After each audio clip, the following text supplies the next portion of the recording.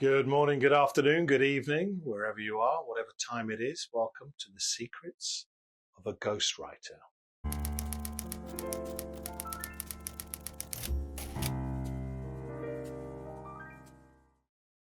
Here's a couple of minutes on you, the brand.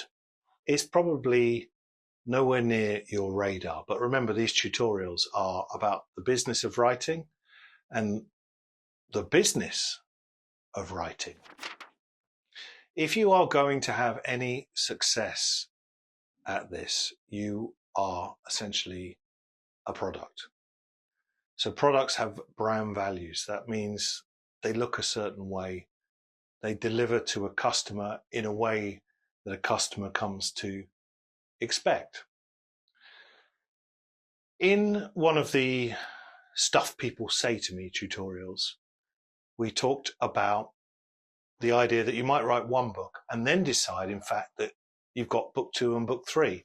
Once you've written book 1, your brand has begun and really should follow whatever footprints you've put down in that book. Now, the problem with this is that you're, particularly with the first book, are so consumed by, yes, I'm doing it. This is it. I'm finally writing my book, that you don't have that business awareness. And it's a reality, hence this course, that business awareness with writing and publishing only comes after time. It's a life experience that enables you to reflect on business principles that you should have or would have liked to have applied right at the beginning. I can think of really good examples of people that understood their own brand value before the brand had begun. And I'm going to pick a really mainstream example here. Let's talk about Phil Collins. Now, I'm not talking about defining his brand as divorce ballads or up-tempo songs with a big brass section, although, of course, they are part of the Phil Collins musical brand. I'm talking about the album covers, which, of course, we don't pay too much attention to these days. Phil Collins' album covers, you'll know if you've ever had one, they have a certain type of graphology on them. The way that the title and his name is written, it's very much handwritten. And from the first album to the last, it's always like that. And he either did that as a giggle and a doodle back on day one, or he had a plan. And I massively respect it because I think it's a plan.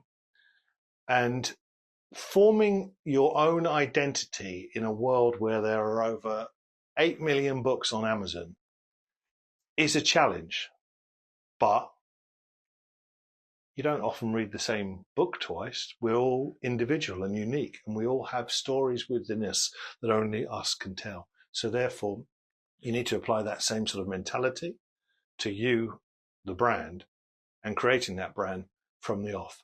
And as I say, it's much easier if I flag this up before you've even written any books, rather than if I flag it up at book 3 or book 4. Those Sophie Kinsella chick lits that people had, there was a massive era where people were reading them by the pool, and you could recognize the book from 20 meters away because of the pastel nature of its cover. You know, that's smart. So think, as well as all the sweat you put into writing, think about you, the brand. Create your own identity. It could be a little logo. It could be colors that people might associate with you. It could be, if you look at the band ABBA, the way that ABBA is actually written. 4 simple letters, 2 of which are the same on 2 occasions.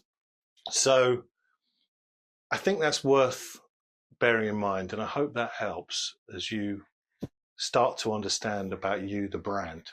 And I'll see you next time when the Secrets of a Ghostwriter continues.